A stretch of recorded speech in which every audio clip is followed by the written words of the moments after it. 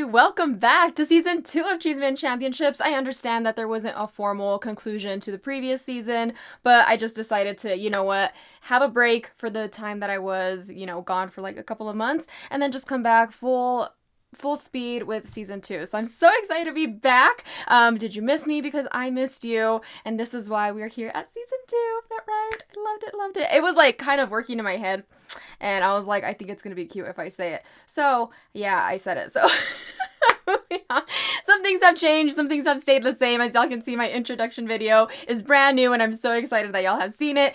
I have been working on that, plus some other things side that I will, continue to introduce as the season goes on, and I am so excited for that. For those of you who have been here since day one, I appreciate every single one of you. I have, continuous news to share at the end, just of like about the giveaway and stuff that I've had going on since, I guess, season 1, but no worries. I'm super excited.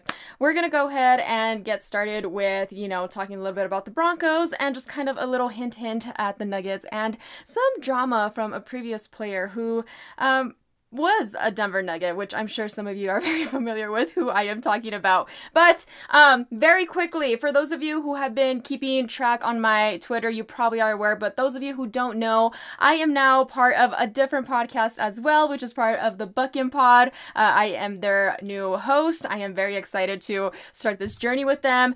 We have a couple episodes out already, and it has been a very fun experience. Everybody there is super awesome, and I am just so thankful for that opportunity. So I will have that link for the videos that we have had, the latest video that we have had, plus the profile as well. So that will be in the description box below, so go ahead and give them a follow as well. Now, another thing that's going to be very similar from this season or from last season that I'm bringing into this season are my beautiful notes. So if you see me looking down, this is exactly why. And I think this is going to continue on for all the seasons to come because I just like having my pen and paper in front of me. Plus, I was lucky enough to interview Ernie Johnson from Inside the NBA a couple years back, and he just told me about the importance of being prepared and having all your notes ready and everything. So I will take all that advice, especially from him. So thanks, EJ. Truly appreciate it. But let's go ahead and talk about our beautiful Denver Broncos. Now, to say that I am disappointed, oh man. See, I knew this was going to happen, y'all. I knew this was going to happen, and I mentioned it in, the Buckin' Pod, which again, I will put the link in the description below. But I was really like, okay, what if we don't win one of these first couple of games? And there were some of my members that were like, there's no excuse. We have to win these 2 games, especially when it's the Titans and the Colts. But if y'all were aware of those games, the Titans, our offense was gone. I don't know what in the world was happening out there. There was no cohesiveness. There was no, Sutton did well, but there was no real follow through. That second quarter was atrocious. And when it was the Colts, where the hell was our defense? Like, Benito, yeah, he had some good plays and stuff, but they were all just silent the entire time. I really thought that it was going to be like, oh, right, our defense has got it. So maybe it's time that our offense really like gets their shit together and plays some fucking ball. But no, that wasn't what happened. That isn't, oh my God. And I understand people on Twitter get really upset when I say McManus would have made that shot. But it's true, McManus would have made that shot. And I'm saying it again, McManus would have made that shot. And I know McManus is not the best person in this freaking world. I know that. He's not the best with values. And I believe he has talked down on the Denver Broncos organization. So I'm not saying like bring him back by any means, but like, you have one job, and he's been with the Broncos, I believe, for 2 seasons, and this isn't the first fucking game that has like been on his hands over a missed field goal or just like a terrible kick. Like, I am just, that roller coaster of emotions, Broncos country, like, what was that, like 5 seconds, 10 seconds of just like, oh my God, he missed it, yes, and oh, there's a flag, leverage from a 60-yard field goal to 45 yards, like, of course they were gonna make that, like, are you fucking kidding me? And I understand, I believe that there's a huge debate, there was a huge debate, right, of whether it was a correct leverage call or not, y'all, we can argue about the leverage call all we fucking want. At the end of the day, it shouldn't have been that close. Let's be for real here. I understand that Will Lutz should have made that kick. And yeah, I tweeted like McManus would have made that shot, but it still wasn't Lutz's fault. It was the defense's fault. How the hell did the Colts make it that far and just cover that much ground? Like, what in the world were we doing? We made Jones look like Tom Brady out there. What the heck were we doing? Like, fucking Peyton Manning when he was a Colt. Like, that was just an embarrassing, in my opinion, I thought it was very embarrassing from the Broncos, and not offensively. I really thought that Bo was getting more of that rhythm going. I really believed that there was a lot more of that, like, okay, cohesiveness, and maybe like getting better with the run game and stuff like that. But as we saw in the game 2, we saw Sean Payton and Bo Nix kind of go at it for a little bit. We saw that again last season, and I believe that what I need to see from Bo is to take more of that initiative on the field. Like, yes, I understand they're getting angry with Sean Payton, and I understand that you have to listen to your head coach by all means, but there was a reason why Tom Brady was so fucking great. You know, like, I hate mentioning that man, but there was a reason why. Like, Belichick kind of, you know, listened to Mr. Tom over there, and what happened? The Patriots had a really great Super Bowl dynasty. Fucking hate saying that, but it's true. Like, I think that Sean Payton needs to trust Bo Nix more, and Bo needs to, whether he's given that trust or not, like, this is your offense, take it, dude. We play the Chargers on Sunday. The fucking Chargers! On the note of the Chargers, they are currently 2-0, which means that they are currently top of the AFC West. We all thought the Broncos would be 2-0 right now. Also, by the way, it feels like 0-2, not 1-1. We have the same record as the Raiders, but hey, you know who is 0-2?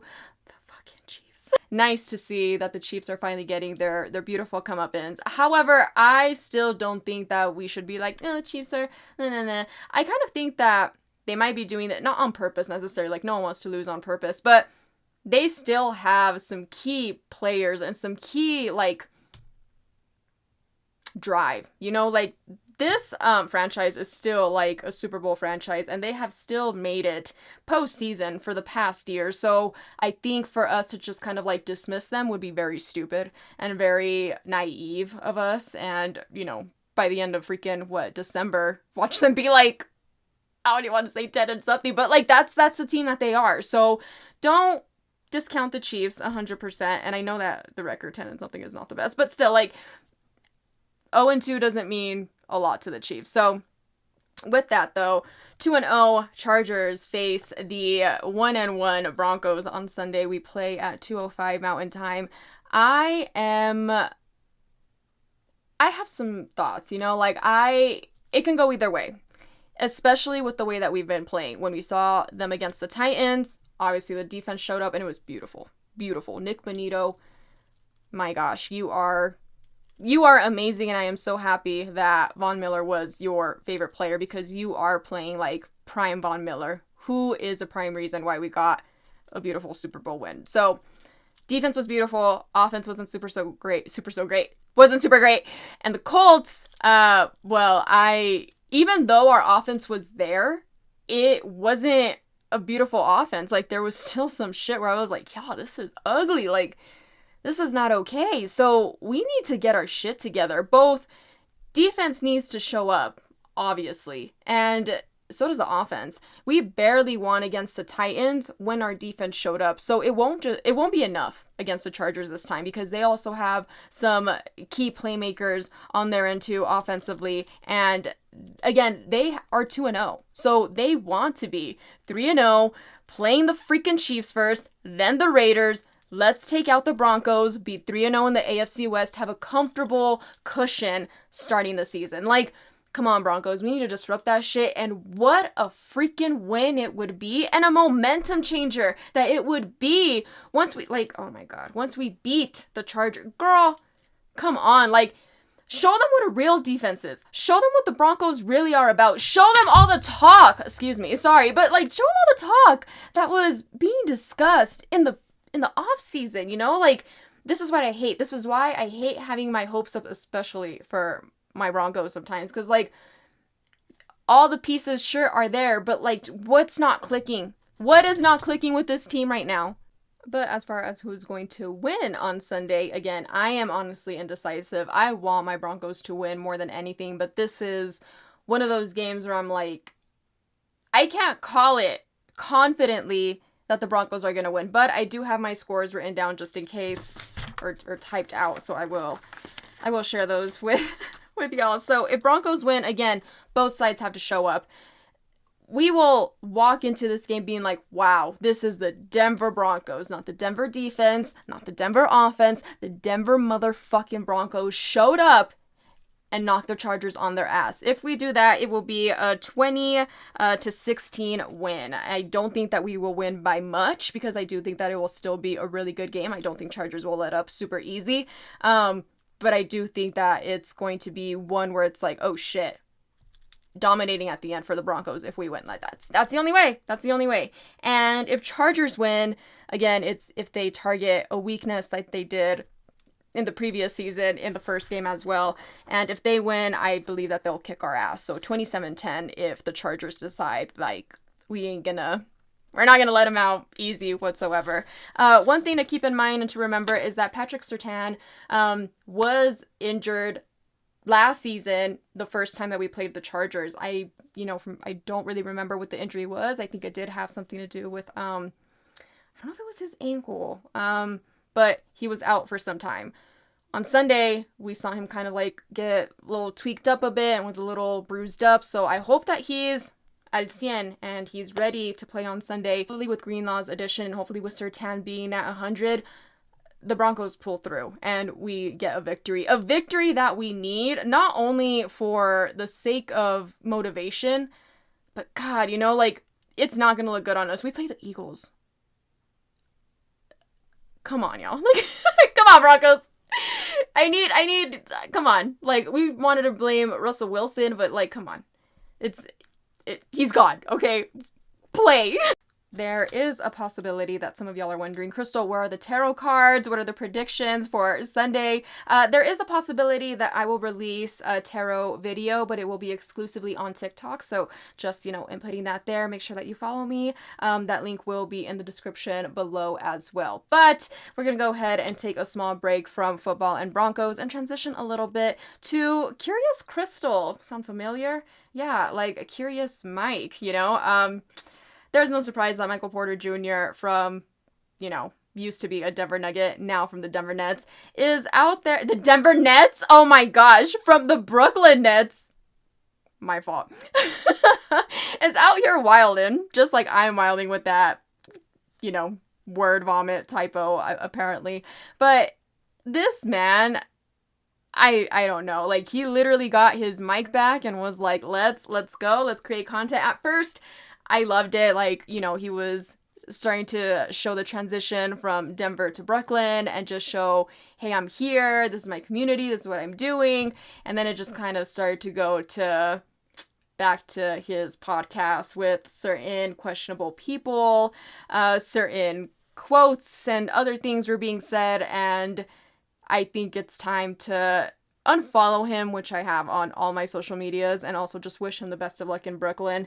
I understand that I defended this man to the ends of the earth throughout the season, and don't get me wrong, I still believe that he did very well for our team. It's just like the character in itself is probably something that I was just very, very naive about and had no idea. Granted, we don't know much about our players, right? We know as much as we can of like social media and like what, some accounts show us, but it's just kind of like, I didn't expect that. And for that, we deserve to give the Nuggets PR team a round of applause because, dude, they kept him silent for this long. That's why he was sitting on the bench all the time doing this, like, because he was just thinking about all the shit that he would say, like, if he could.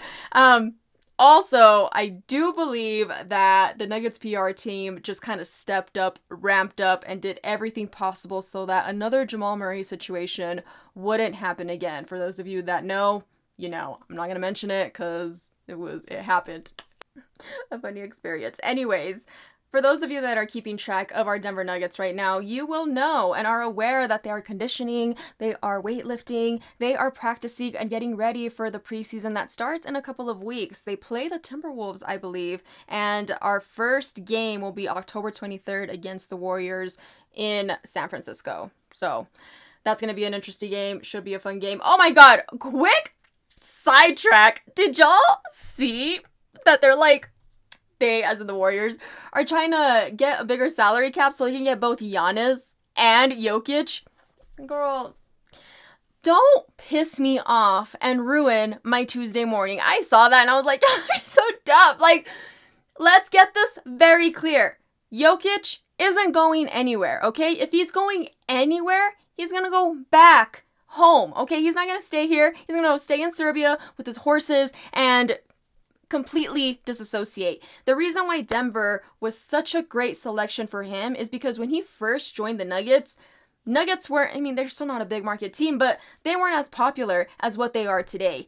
That's what he likes. It's not super like, oh my God, Jokic everywhere, blah, blah, blah. Granted, you still get some of that. I don't think that he wouldn't, being the best player in the world, best player, MVP, just saying.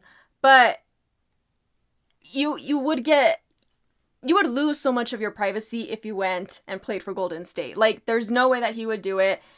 Y'all can keep trying, y'all can keep dreaming, but it's just not happening, okay? But y'all can dream, we move on, and we get excited for what's to come in this amazing Nuggets season. But quick shout out, I know by the time I upload this, the day is over, but today Aaron Gordon turned 30 years old, so I just want to wish him a beautiful happy birthday to an amazing Virgo king. And that brings us to the conclusion of today's episode. Very short, sweet, simple, and straight to the point. The announcement I did want to share with y'all is that we are so close to 200 subscribers. And remember that once we reach those 200 subscribers, one of you lucky viewers will be able to win a Nuggets goodie bag full of like some City Edition gear, which I'm very excited for one of y'all to have. So please remember that. I will also include the Buck and Pod links in the description below. Give us a follow there as well. Again, amazing people, more Broncos chat there. If you're more into the logistics of it and like more of those details, go ahead and give us a follow. And one final note before we head on out, you might have seen this awesome pen that I was holding out through the podcast. My niece made it for me and she's also selling them. What I love about this pen is that it says Cafecito y Chisme, and it is just so cute of her to create that for me. If y'all are interested and if you wanted to check her inventory, also comment in the description box below. Do not comment in the description box below. Please comment below the description box and we can go ahead and figure something out for you. But thank you all so much. Continue liking, comment, subscribing to my channel, and share with anyone who lives for the CHISME and is all about the championships. Adios.